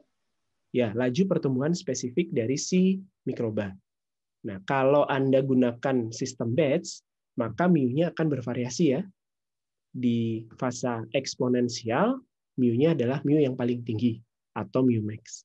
Nah, mu itu adalah parameter dari si mikrobanya. Dia parameter kinetika dari pertumbuhan mikrobanya. Nah, kalau di continue, Anda punya, ini tidak ada keterangannya, Anda punya parameter yang namanya D. D itu adalah dilution factor. Dilution factor ini adalah laju alir dari cairan yang masuk dibagi dengan volume reaktor. Laju alir itu dari volumetrik ya, laju alir volumetrik atau debit, satuannya mungkin meter kubik per jam. Ya, meter kubik per jam misalnya, atau liter per menit, atau liter per jam gitu ya. Itu laju alir. Laju alir substrat cair yang masuk ke dalam fermentor. Sementara volume satuannya meter kubik. Nah, nanti ini akan kita bahas detail pas perancangan bioreaktor, tapi sebetulnya nanti di proses bioreaktor yang secara kontinu, Anda bisa atur ya dengan kalau laju alir dan reaktor itu kan parameter operasi dari fermentasi ya. Jadi Anda yang punya, kalau mu ini parameter spesifik dari mikroba. Mu akan berubah kalau mikrobanya ganti atau tingkat kesehatannya beda gitu ya. Nah, ketika Anda mengoperasikan bioreaktor pada laju alir tertentu dan pada volume kerja reaktor tertentu, sebetulnya nanti Anda bisa mengatur pertumbuhan si mikroba. Jadi pada proses kontinu, Anda bisa atur laju pertumbuhan mikroba dengan cara mengatur operasional dari si fermentor, dengan mengatur D-nya.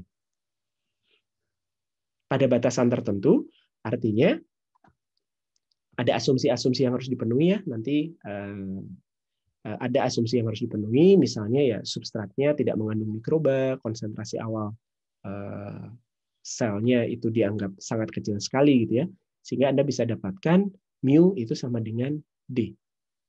Artinya apa? Kalau D Anda naikkan, gimana cara menaikkan D? Kalau volume reaktornya tetap, ya Anda naikkan laju alirnya. Betul ya? Kalau laju alir dari substrat itu Anda naikkan, sementara volume kerja reaktornya tetap, berarti D-nya akan naik. Ketika D-nya naik, berarti mu-nya akan naik pada batas-batas tertentu. Sampai nanti ada kondisi yang namanya washout. Washout itu adalah laju alirnya sangat tinggi ya, sehingga pada laju alir tadi selnya belum sempat tumbuh, fermentasinya belum sempat jalan. Kan kalau reaktor kan ada laju alir masuk, ya berarti karena volume kerja dianggap konstan, ada laju alir keluar. Yang nilainya harus sama ya, laju masuk sama dengan laju keluar, agar volumenya konstan. Nah, kalau laju alirnya terlalu tinggi, nanti si sel itu hanya numpang lewat saja di dalam reaktor. Itu yang namanya washout. Nah, kalau sudah washout, ya fermentasinya tidak jalan. Oke. Kebayang ya? Oke, nah pengembangan dari reaktor, oke ini mungkin nama umum dari fermentor ya, bioreaktor disebut juga dengan fermentor, disebut juga dengan chemostat. Kenapa chemostat? Karena biasanya ini dikendalikan atau dipengaruhi oleh konsentrasi atau level dari satu komponen. Atau juga sering juga dengan disebut dengan turbidostat karena dikendalikan oleh konsentrasi sel. Nah, pengembangan dari fermentor kontinu itu nanti ya kita akan pelajari di bioreaktor ya yang detailnya. Itu kontinu itu bisa multitahap. Sama seperti reaksi ya, reaksi kimia biasa itu akan multitahap. Reaktornya bisa di seri. Maksudnya seperti itu. Kalau reaktor seri, Anda tahu apa efeknya? Kalau reaktor dijalankan secara seri. Reaktor tangki ya, reaktor tangki CSTR Anda jalankan secara seri.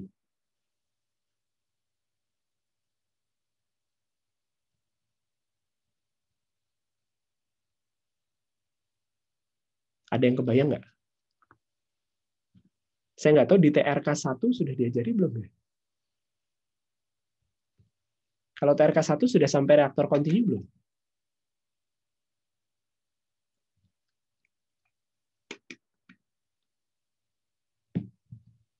Halo?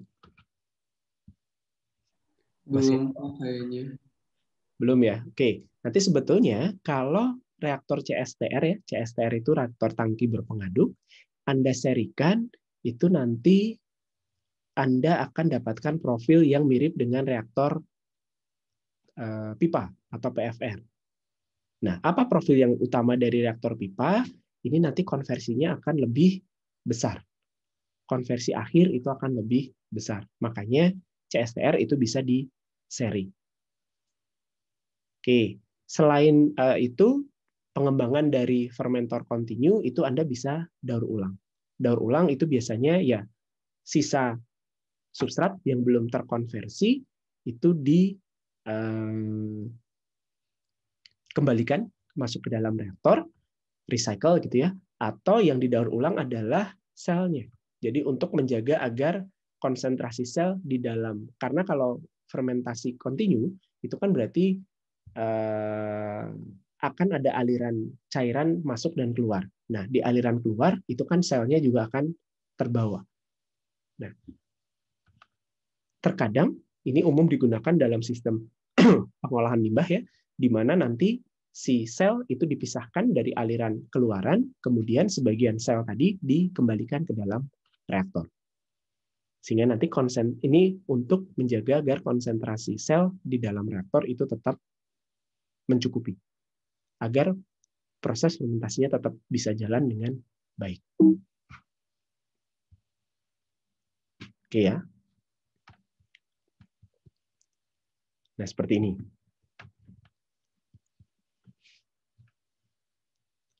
Oke, jadi ini bioreaktor yang diserikan. Oke, kemudian, nah, kalau kita bandingkan produktivitas, masih ingat produktivitas artinya apa? Ini rumusnya tidak usah terlalu dipusingkan ya. Nanti kita akan belajar rumusnya lebih detail di kuliah bioreaktor. Tapi masih ingat produktivitas? Atau satuannya apa?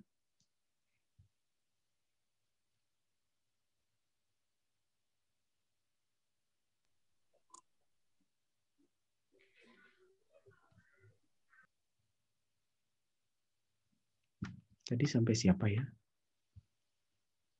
Kayla. Kayla ada? Ya, Pak. Ya. Apa itu? Mungkin mau produk persatuan waktu gitu ya, Pak. Satuannya adalah? Waktu. Hanya waktu?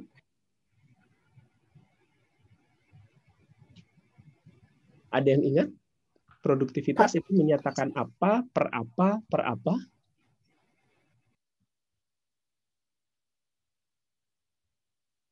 Muas. Ada Muas? Ada, Pak. Ya. Apa As?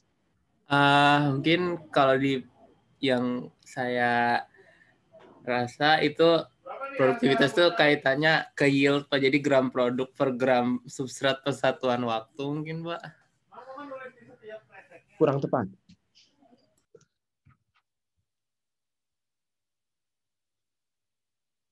Rasanya sudah pernah disebutkan oleh Pak Chandra di awal-awal kuliah. Dewi, gantian jawab, Pi. Dewi sih mikirnya juga yield, Pak. Bukan yield ya, jadi Radian deh, Radian dulu jawab.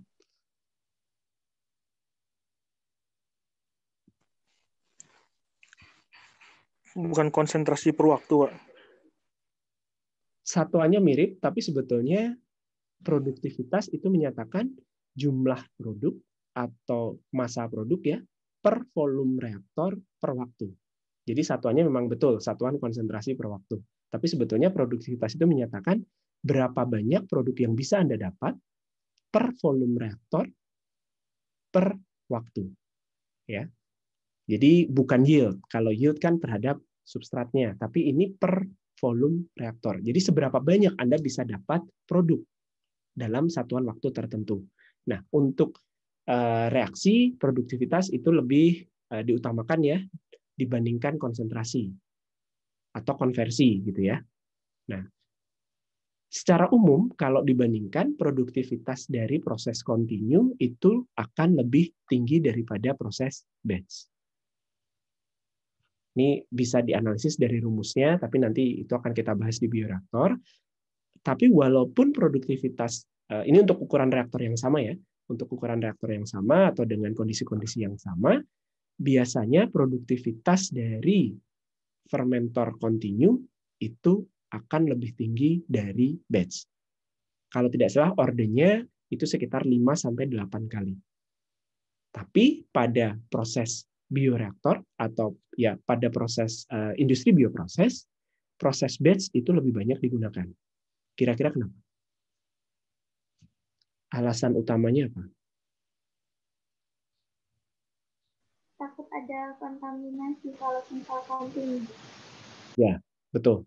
Jadi kalau proses fermentasi atau industri bioproses itu kan akan sangat rawan kontaminasi ya atau kegagalan produksi lah ya. Kontaminasi kan nanti akan menyebabkan kegagalan produksi. Nah, kalau Anda lakukan fermentasinya secara batch, kemudian produknya itu gagal atau terjadi kontaminasi, itu akan lebih mudah ditarik kembali ya. Makanya industri makanan atau industri ya kalau makanan kan ada manufakturnya ya, jadi pasti batch. Kalau kayak industri obat gitu ya, maka Anda lihat ya di belakang itu ada batch number sekian. Jadi kalau ternyata ada sesuatu yang salah dari produk tadi, Anda bisa tahu oh ini batch sekian sehingga batch yang itu bisa ditarik. Bayangkan kalau itu adalah continue. Kalau continue, yang mana yang mau ditarik semuanya? Nah, ini kan akan sangat merepotkan.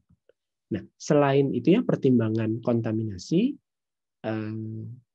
Anda masih ingat ya produksi untuk industri bioproses itu biasanya skalanya kecil. Karena harganya sudah cukup mahal gitu ya. Jadi untuk produk-produk yang memang harganya sudah cukup mahal sehingga kapasitas produksinya itu kecil, itu akan lebih sesuai ya, akan lebih pas kalau menggunakan batch. Anda masih ingat ya, pertimbangan awal pilih batch atau continue itu adalah kapasitas. Kalau kapasitasnya kecil, batch. Kalau kapasitas besar, umumnya continue. Oke. Kemudian kalau menggunakan industri bioproses itu kan rata-rata akan menggunakan mikroba yang sudah dimodifikasi atau yang GMO gitu ya, genetically modified organism. Nah, mikroba yang jenis ini itu secara alami ya kalau dia dipakai berulang kali itu akan kembali ke kondisi wild type-nya. Nah, kalau prosesnya adalah batch, ini kita akan lebih mudah mengontrol, oh dia sudah balik ke kondisi wild type. Ini dilihat dari mana? Ya dilihat dari produktivitas, dari sifat produk yang dihasilkan. Kalau yang tadinya produktivitas tinggi, pada saat masih GMO, ketika sudah balik ke wild type, produktivitasnya akan turun. Nah, saat turun, maka pakai inokulum yang baru. Makanya tadi ya, kayak di industri berbintang gitu ya, yeast-nya itu hanya bisa dipakai paling banter 5 kali. Nah, kalau continue ini kita akan susah untuk, kan berarti kita harus stop, ulang lagi dari awal ya. Jadi keterbatasan atau tantangan dari proses continue itu kan di persiapannya. Itu akan lebih kompleks. Oke ya, kira-kira itu. Kenapa bioproses itu lebih banyak menggunakan sistem batch dibanding continue, walaupun produktivitasnya lebih tinggi yang continue. Oke. Nah, kalau terjadi misalnya kalau batch itu kan semua substrat masuk ya bersama inokulum. Nah, ternyata misalnya mikroba ini bisa mengalami yang namanya inhibisi substrat. Artinya dia tidak bisa dikasih substrat langsung sekaligus dalam konsentrasi yang tinggi. Malah turun kerjanya atau malah turun produktivitasnya, maka batch ini bisa divariasikan menjadi fat batch. Fat batch itu umpan diberikan secara bertahap, sekuensial ya, atau intermittent gitu ya. Jadi beda dengan continue. Kalau continue kan ada laju alir terus-menerus. Kalau ini sekuensial. Atau kalau misalnya terjadi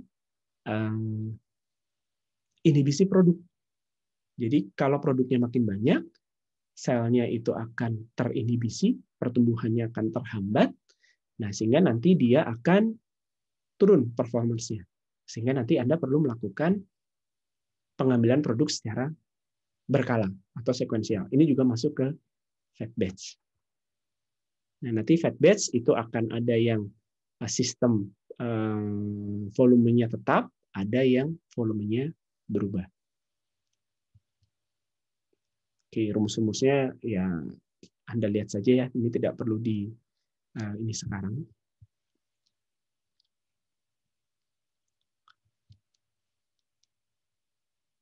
Oke, ini tadi sudah ya disampaikan. Jadi fat batch umumnya kalau proses inhibisi.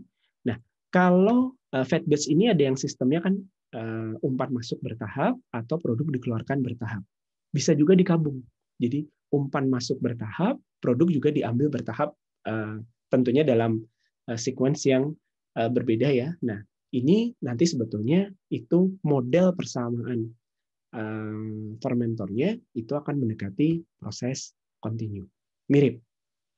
Walaupun ya kalau dilihat secara tahapannya beda ya. Tapi kan ada yang masuk, ada yang keluar. Makanya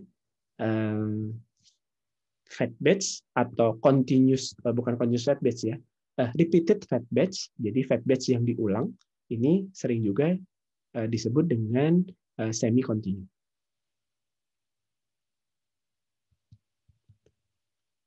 Oke, ini neraca-neraca massa untuk kemostat ya atau CSTR.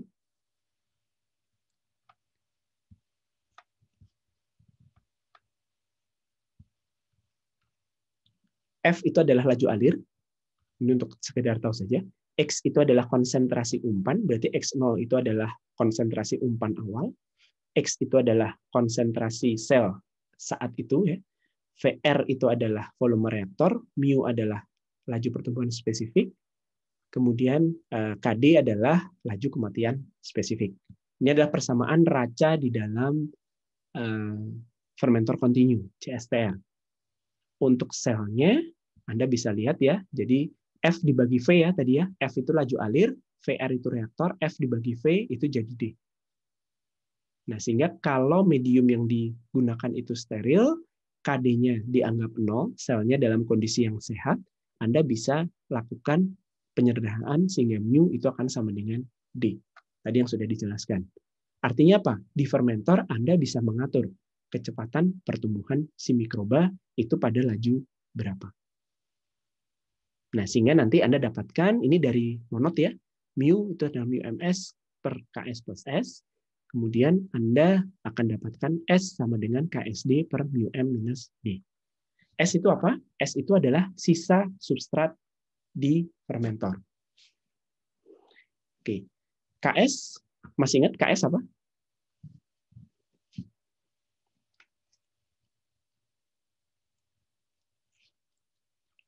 Di persamaan monod?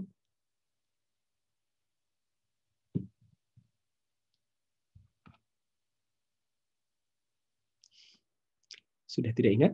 Ks adalah konstanta afinitas substrat atau nilai substrat yang menghasilkan mu sama dengan setengah mu max.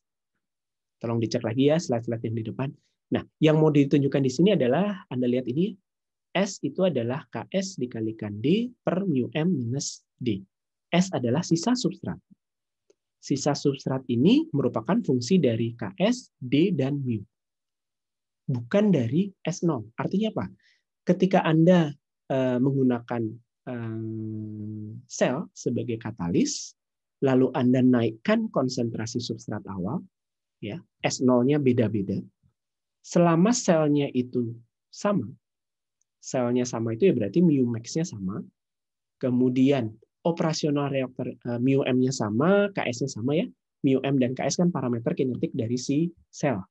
Nah, selama selnya itu sama, mu M-nya sama, Ks-nya sama, dan operasional reaktornya itu sama, F-nya sama, VR-nya sama, ternyata sisa substratnya tetap, walaupun S0-nya Anda ubah-ubah. Kok bisa? Kira-kira kenapa?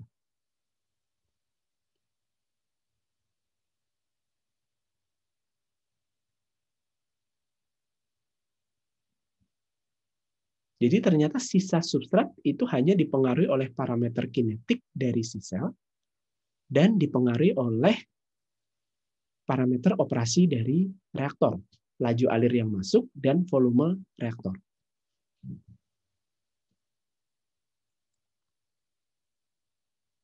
Kalau Anda ubah S0-nya, konsentrasi substrat awalnya, ternyata sisa substrat tetap segitu, S. S0-nya lebih tinggi lagi, tetap S. Kok bisa? Alasannya apa kira-kira?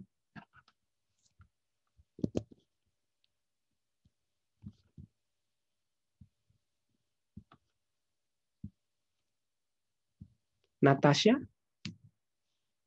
Iya, Pak. Ya. Karena dia nanti pas yang di grafik yang pas itu, Pak, jadi ada yang dia maksimumnya itu. Makanya sisa substratnya nanti jadi tetap. Gimana? Yang grafik yang pas itu, yang di bab itu, Pak, yang KS-nya nanti ada maksimumnya. Jadi kayak kalau udah stuck ya udah. Makanya sisa substratnya bisa tetap. Bukan itu, Pak. Kira-kira apa? Kalau Anda naikkan konsentrasi substrat awal, kenapa sisa substratnya segitu? Jadi jumlah substrat awalnya naik, sisa substrat tetap. Jadi mau berapapun nilai konsentrasi substrat awal, selama tadi ya selnya tetap, F dan V-nya tetap, sisa substratnya tetap segitu. Kira-kira kemana larinya? Priscilla?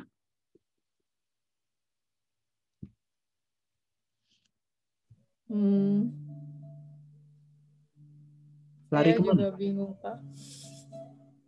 Kan ini Anda pikirkan ya, bedanya dengan reaktor yang bukan bioproses.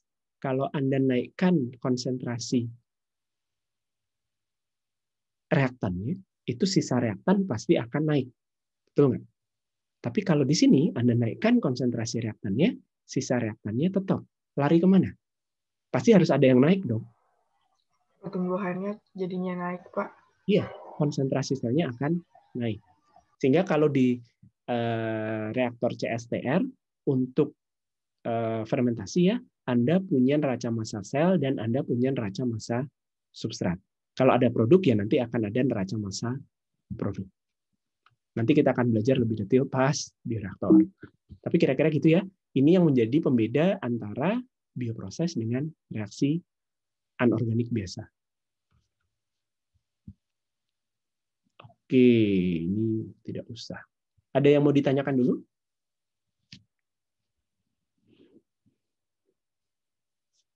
Tapi kira-kira seperti itu ya. Jadi fermentor pun itu bisa dioperasikan secara batch, bisa secara continue. Continue itu bisa didaur ulang, kira-kira ya. Kalau continue, modifikasinya itu adalah continue bertahap, seri, atau continue dengan sistem daur ulang. Kalau batch, variasinya adalah di fed batch. Fed batch itu bisa disekuensialkan umpannya atau disekuensialkan pengambilan produknya atau dua-duanya.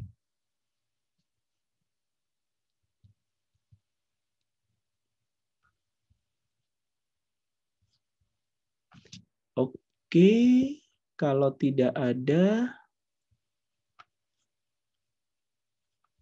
kebaca ya.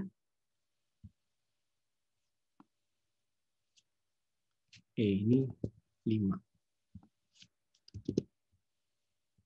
Kalian tuh ada 5 kelompok kan ya? Ya Pak, ada 5 kelompok. Oke, ini tugas, semoga tugas yang terakhir nih. Rasanya ini tugas yang terakhir. Oke, ada 5 kelompok. Ini tidak berhubungan dengan tugas sebelumnya, jadi silakan kalau ada yang mau tuker-tukeran anggota kelompok, cuma nanti di laporan tolong ditulis dengan jelas siapa anggota kelompoknya ya. Jadi dari 5 kelompok ini silakan pilih salah satu dari 5 jenis reaktor. Satu adalah bubble column, yang kedua adalah airlift, yang ketiga adalah packed bed atau fluidized bed, yang keempat fotobioreaktor, yang kelima adalah bioreaktor fasa padat. Nah, apa yang harus dibuat? Ini yang bawah-bawah nanti saya sesuaikan ya. Jadi dari pemilihan reaktor tadi sesuai yang kelompok Anda dapat. Jadi nanti silahkan dibagi ya, jangan berantem baginya. Contoh industri bioproses apa atau produk industri bioproses apa yang menggunakan reaktor tadi? Bagaimana pengembangan, bagaimana penyiapan bahan bakunya, pengembangan inokulumnya. Jadi ini singkat saja ya, karena kemarin kan sudah ada tugas yang lebih detail. Jadi penyiapan bahan baku dan pengembangan inokulumnya tahapannya seperti apa. Kemudian, nah yang lebih detail adalah bagaimana mode operasi dari bioreaktornya. Apakah batch, ataukah fed batch, ataukah repeated fed batch gitu ya, ataukah continue. Kemudian skalanya, biasanya kapasitas operasionalnya itu berapa? Volume kerja dari bioreaktornya itu pada skala berapa? Kalau memang banyak variasinya ya tulis saja rentangnya gitu ya. Kemudian jenis atau desain bioreaktor, apakah bentuknya tangki saja atau tangki dengan apa ya, tambahan apa gitu ya, atau pelat seperti itu ya. Kemudian konfigurasinya, nah ini juga perlu disampaikan secara lebih detail ya. Apakah dia ada pengadukan ataukah hanya aerasi saja? Kemudian apa saja yang dikendalikan? Kenapa perlu dikendalikan ya? Berarti perlu dituliskan, dan bagaimana pengendalian? Ini perlu disampaikan. Oke ya, yang bawah-bawah nanti termasuk deadline segala macam nanti saya rapikan dulu, nanti saya upload di Google Classroom seperti biasa. Terkait tugas, ada yang mau ditanyakan dulu?